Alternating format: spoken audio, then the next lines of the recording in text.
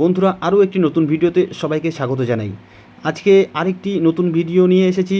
এখানে বন্ধুরা জেনারেল নলেজের বেশ কিছু বাছাই করা গুরুত্বপূর্ণ প্রশ্ন নিয়ে কিন্তু আজকে এই ক্লাসটি আমরা আয়োজন করতে চলেছি। তো দেখো, এই যে প্রশ্নগুলো সব জেলার জন্যই কিন্তু গুরুত্বপূর্ণ, নির্দিষ্ট দুই একটি জেলার জন্যই যে গুরুত্বপূর্ণ তা কিন্তু নয়। আমাদের পশ্চিমবঙ্গের সমস্ত জেলার জন্যই কিন্তু এই জিকে প্রশ্নগুলি খুবই গুরুত্বপূর্ণ।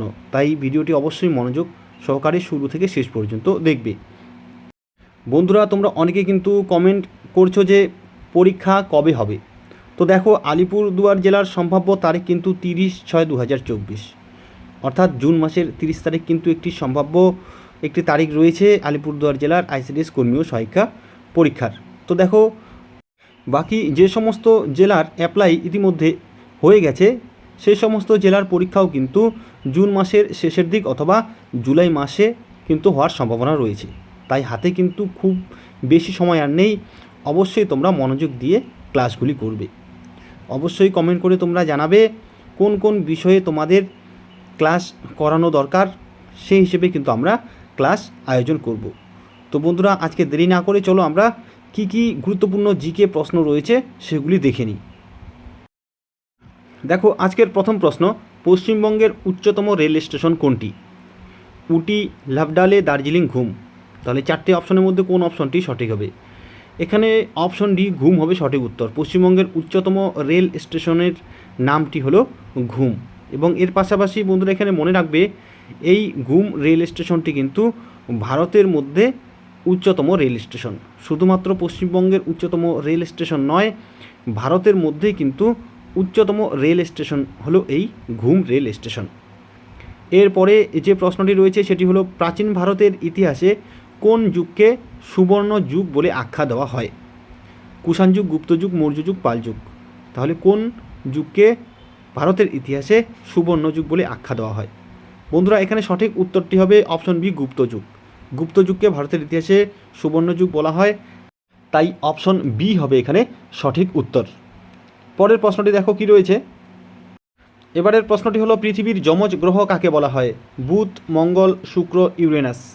এই চারটে গ্রহের মধ্যে কোন গ্রহকে পৃথিবীর যমজ গ্রহ বলা হয়?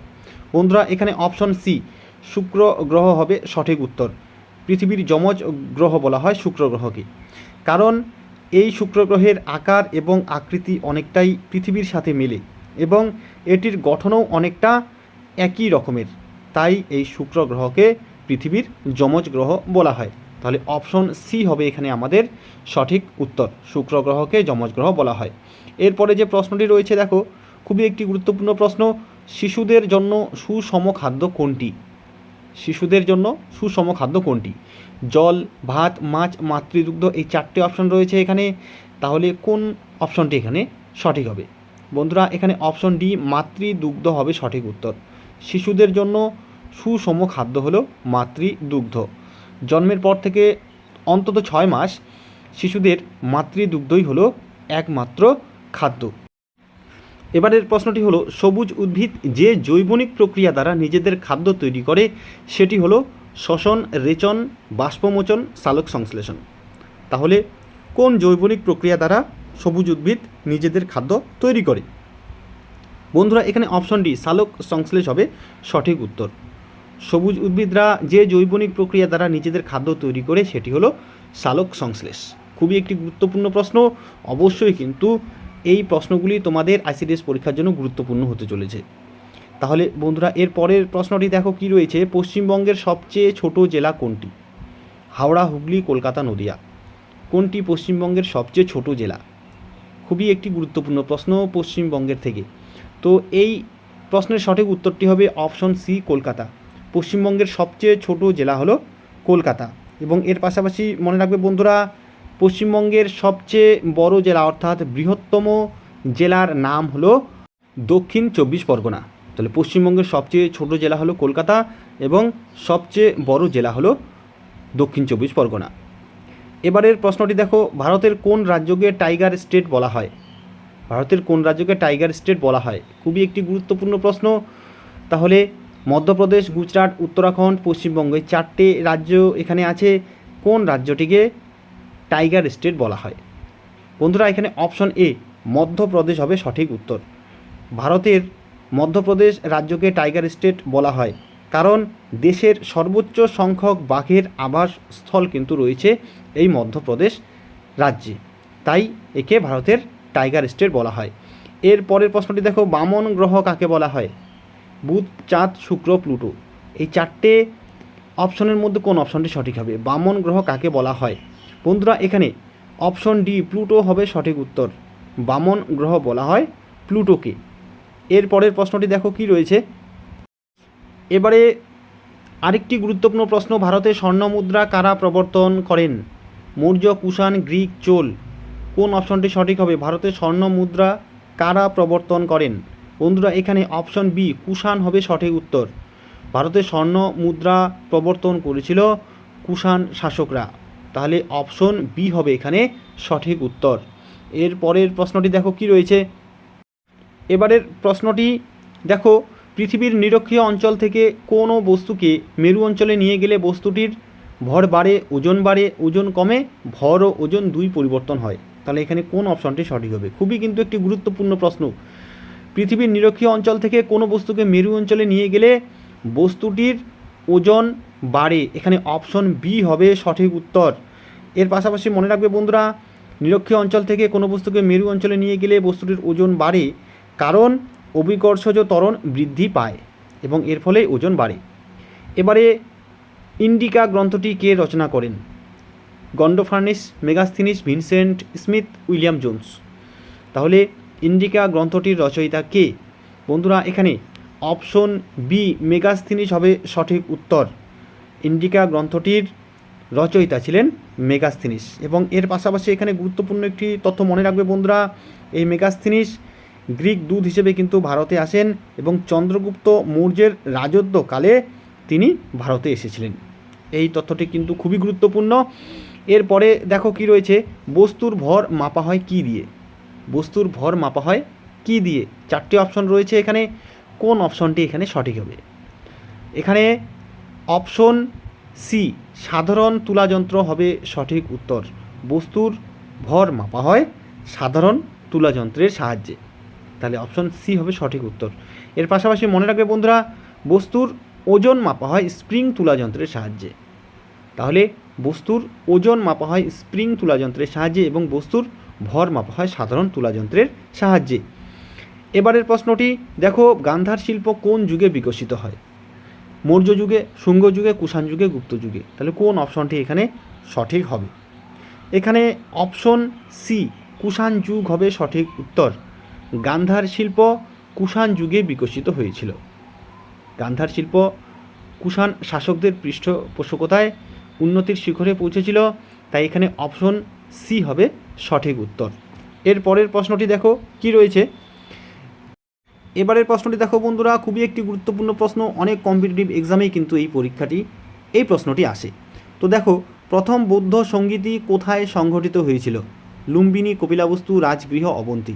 তাহলে এই চারটে অপশনের মধ্যে বন্ধুরা এখানে অপশন সি রাজগৃহ হবে সঠিক উত্তর। প্রথম বৌদ্ধ সঙ্গীতই সংঘটিত হয়েছিল রাজগৃহে। এবং এর পাশাপাশি মনে রাখবে বন্ধুরা, এই প্রথম বৌদ্ধ সঙ্গীতই অনুষ্ঠিত হয়েছিল 483 খ্রিস্টপূর্বাব্দে। 483 খ্রিস্টপূর্বাব্দে। এবং এই প্রথম বৌদ্ধ সঙ্গীতির সভাপতি ছিলেন মহাকাশ্যপ। তাহলে এখান থেকে একটি প্রশ্ন হয় যে প্রথম বৌদ্ধ সঙ্গীতির সভাপতি কে ছিলেন? তাহলে আমাদের উত্তরটি হবে মহাকাশ্যপ ছিলেন প্রথম বৌদ্ধ সঙ্গীতির সভাপতি। এবং আরেকটি প্রশ্নও কিন্তু এখান থেকে আসে, যেমন প্রথম বৌদ্ধ সঙ্গীতি কোন রাজার আমলে সংগঠিত হয়েছিল? প্রথম বৌদ্ধ সঙ্গীতি কোন রাজার আমলে সংগঠিত হয়েছিল? তো এখানে সঠিক উত্তরটি হবে অজাতশত্রু। তাহলে অজাতশত্রুর আমলে প্রথম বৌদ্ধ সঙ্গীতি অনুষ্ঠিত হয়েছিল 483 খ্রিস্টাব্দে এবং মহাকাশ্যপ ছিলেন এই প্রথম বৌদ্ধ সঙ্গীতির সভাপতি। তাহলে এখান থেকে কিন্তু অনেক তথ্য পাওয়া গেল, অর্থাৎ অনেক প্রশ্নই কিন্তু এখান থেকে হয়। তোমাদের আইসিডিএস কর্মী ও সহায়িকা পরীক্ষার জন্য এই প্রশ্নটি খুবই গুরুত্বপূর্ণ। এরপরে যে প্রশ্নটি রয়েছে দেখো বন্ধুরা, চেতনানাশক ওষুধ রূপে কোনটি ব্যবহৃত হয়? চেতনানাশক ওষুধ রূপে কোনটি ব্যবহৃত হয়? এখানে চারটি অপশন রয়েছে, nitrous oxide, ammonia, nitric oxide, nitric acid. তাহলে কোন অপশনটি এখানে সঠিক হবে? বন্ধুরা এখানে অপশন এ নাইট্রাস অক্সাইড হবে সঠিক উত্তর। চেতনানাশক ওষুধ রূপে নাইট্রাস অক্সাইড ব্যবহৃত হয়। এবং এর পাশাপাশি এখানে একটি গুরুত্বপূর্ণ তথ্য মনে রাখবে, অনেক কম্পিটিটিভ এক্সামেই আসে যে লাফিং গ্যাস নামে পরিচিত কোনটি। তাহলে বন্ধুরা এখানে নাইট্রাস অক্সাইড হবে সঠিক উত্তর। এই নাইট্রাস অক্সাইড লাফিং গ্যাস নামেও পরিচিত। এবারের প্রশ্নটি দেখো, মানবদেহের সবচেয়ে শক্তিশালী হাড় কি? Femur, fibula, steps, tibia. তাহলে মানবদেহের সবচেয়ে শক্তিশালী হাড় কোনটি? বন্ধুরা এখানে অপশনে ফিমার হবে সঠিক উত্তর। মানবদেহের সবচেয়ে শক্তিশালী হাড় হলো ফিমার। তাহলে এখানে অপশন এ হবে সঠিক উত্তর। এর পরের প্রশ্নটি দেখো, বিশ্ব যক্ষ্মা দিবস কবে পালিত হয়? 22শে মার্চ, 24শে মার্চ, 24শে জুন, 21শে মার্চ। তাহলে কোন দিনটিতে বিশ্ব যক্ষ্মা দিবস পালিত হয়? বন্ধুরা এখানে অপশন বি 24শে মার্চ হবে সঠিক উত্তর।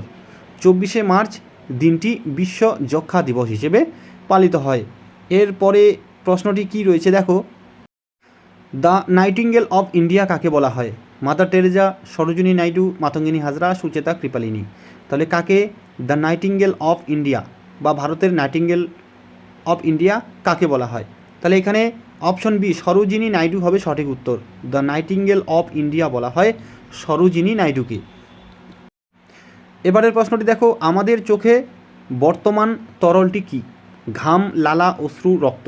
তাহলে আমাদের চোখে অর্থাৎ মানবদেহের চোখে বর্তমান তরলটি কি? এখানে অপশন সি অশ্রু বা চোখের জল, এটি হবে সঠিক উত্তর। আমাদের চোখে বর্তমান তরলটি হলো অশ্রু। তাহলে বন্ধুরা আজকে আমরা অঙ্গনওয়াড়ি কর্মী ও সহায়িকা পরীক্ষার খুবই গুরুত্বপূর্ণ কিছু জিকে প্রশ্ন উত্তর সম্পর্কে জানলাম। আশা করি ভিডিওটি ভালো লাগবে। ভিডিওটি ভালো লাগলে অবশ্যই লাইক, কমেন্ট ও শেয়ার করবে। এবং যারা এখনও আমাদের চ্যানেলটি সাবস্ক্রাইব করোনি অবশ্যই সাবস্ক্রাইব করে রাখবে এরকম ভিডিও পেতে। তাহলে বন্ধুরা আজকে এ পর্যন্তই, দেখা হবে নেক্সট ভিডিওতে। ধন্যবাদ।